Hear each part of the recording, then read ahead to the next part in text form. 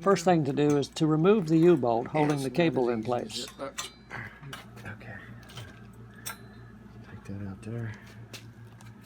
Now, this is up in here. Now we're going to get pliers to take that out. Oh yeah, we got to get all that. We got pliers right over here. Now remove the support shaft along with the cable. Okay. Now you need any help? No. You got it? See? Yeah, that goes down in there like that. Right there. All this There's has a to hole down in there it goes through. And then that comes through there. See, now there's a pulley in there. It has to go on a pulley. You see that? There's a pulley in there. It goes on the top of the pulley.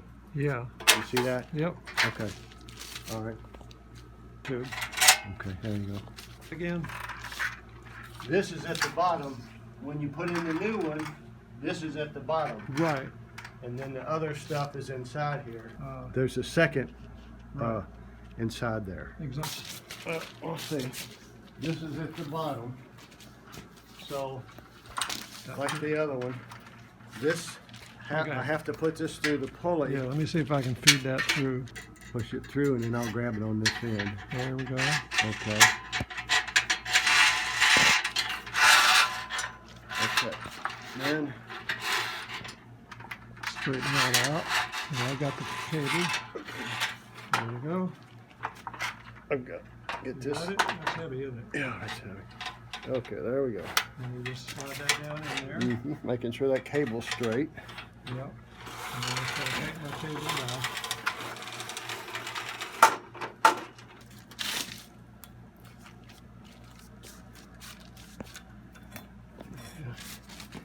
Okay, then we go through that little hole. So we cut off that, and hopefully Got it cut off. it'll fit through. Yeah, and we slip that through and we'll make a loop. Yeah. And just try to straighten that out. Yeah, we don't need that much. Back out. We can pull it back through.